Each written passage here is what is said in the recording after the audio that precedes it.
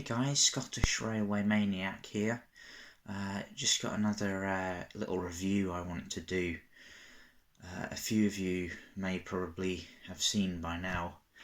A few weeks ago I reviewed the Real Track 143 Pacer, and I acquired one of these recently, and the only person who's done a review of it was Intercity 82 about 10-11 years ago, so I thought maybe it's time for someone to do another one. There's lots of reviews of Hornby Pacers on YouTube, as you can imagine, but not many of the Arriva one. So the story with this is that I was looking to buy a Arriva 142 Pacer to go, obviously, with the 143. And there's a few on eBay. They're not cheap. They're quite expensive, but I thought, I'll get one of those when I get paid. Unfortunately, my poor little cat is very poorly at the moment, so I'm having to spend a lot of money on insurance and claims and, medication and things. I really hope he doesn't die, because that little cat means more to me than life itself. As hard as it is to believe, even trains are second to him, which I'm sure some of you can imagine. But anyway, let's get on with the review. Hornby Pacer. Now the tooling for these, I think, came out 1986 or 1987. They were very good for their day, and yeah, they still look like Pacers, but compared to the 143 there, with the working lights and the little handrails and everything, it leaves a lot to be desired. So it's definitely due for a retool. I would pre-order one of the Real Track 142s. They haven't come out yet, and they haven't even opened pre-orders up yet. So, judging by how expensive they're going to be, because looking on the website, they're only going to make 195 of each version. So they are going to be quite hard to get hold of, as are the 143s. So I'll just have to see.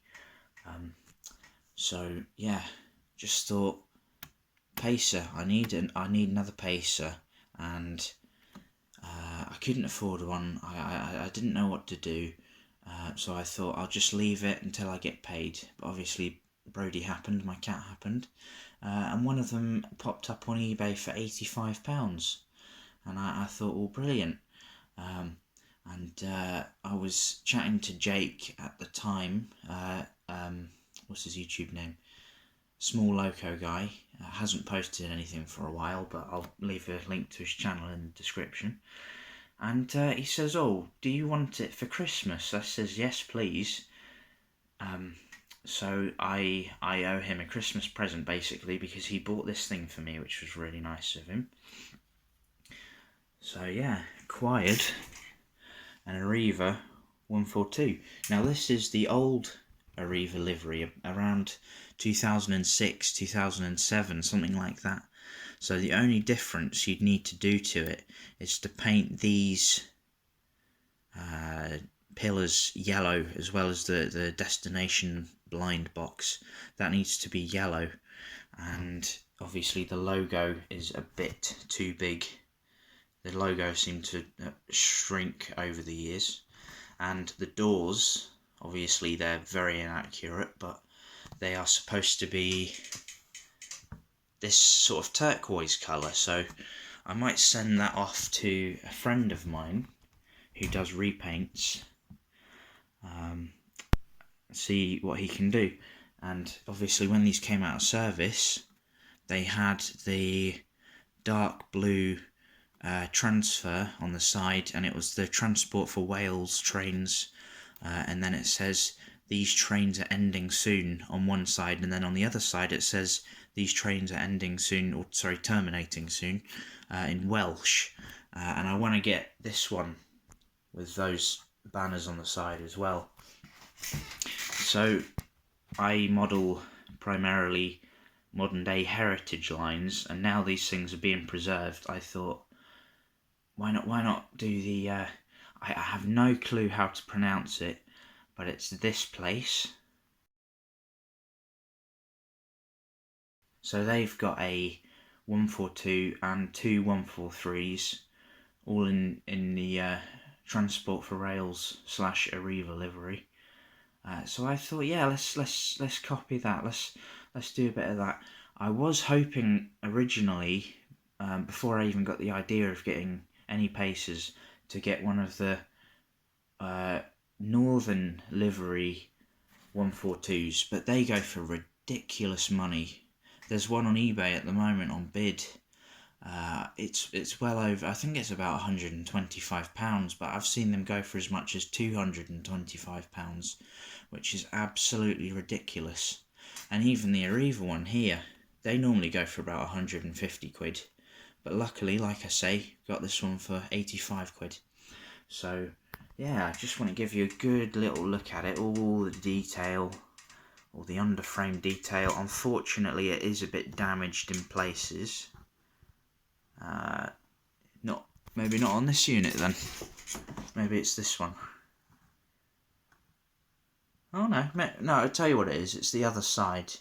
Oh no, there you go. So you got the little pipes, and a lot of the old Hornby Pacers suffer from this problem because the pipes are just so brittle.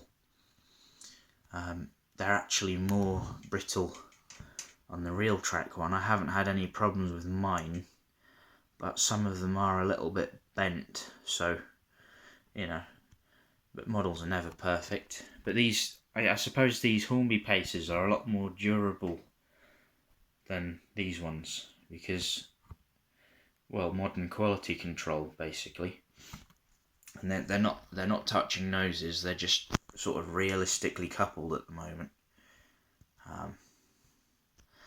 So yeah.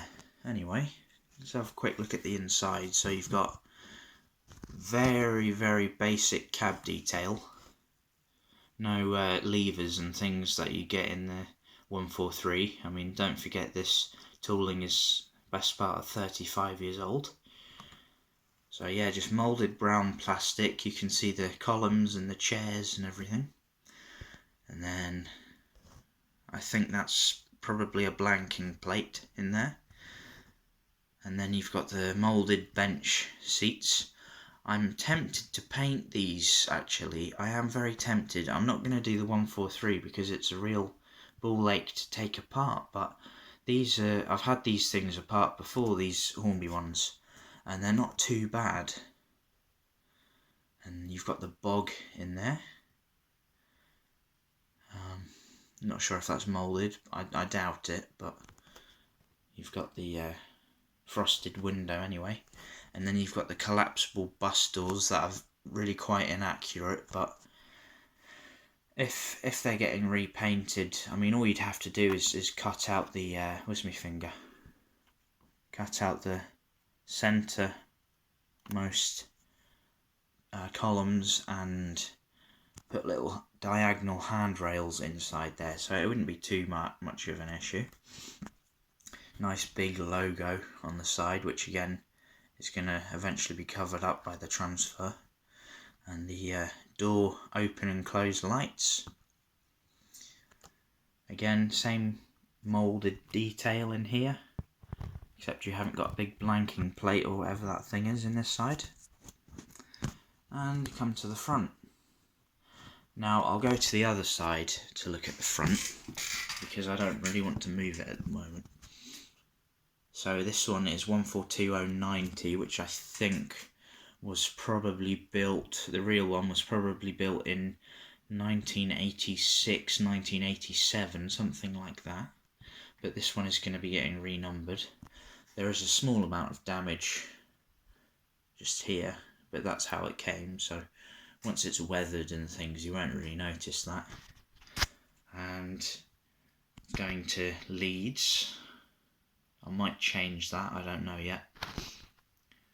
But really quite nice model for its age, and there's a lot you can do with it to bring it up to modern standards and change bits and pieces about it, and yeah, focus a little bit more there. So if I stand up, it's quite a long unit. As with the 143, it's pretty long. Now, the other thing I wanted to talk about was shades. Now, as you can see, I have got the camera light on and they do look very similar, but the 143 is actually slightly more blue than it should be. It should be this sort of turquoise colour, as with the 143, as well as the cream colour here. It's cream on the 143 and white on the 142, so that's obviously just Hornby cutting corners, as they seemed to do a lot about 15 years ago. But really like this model, and it'll be brilliant once it's detailed up and, you know, in the Transport for Wales livery and everything. So what I'm going to do, I'm going to shut up and give you a little running session with it. I think that would be quite nice. So thanks very much for watching, and I hope to catch you in the next one. Take care.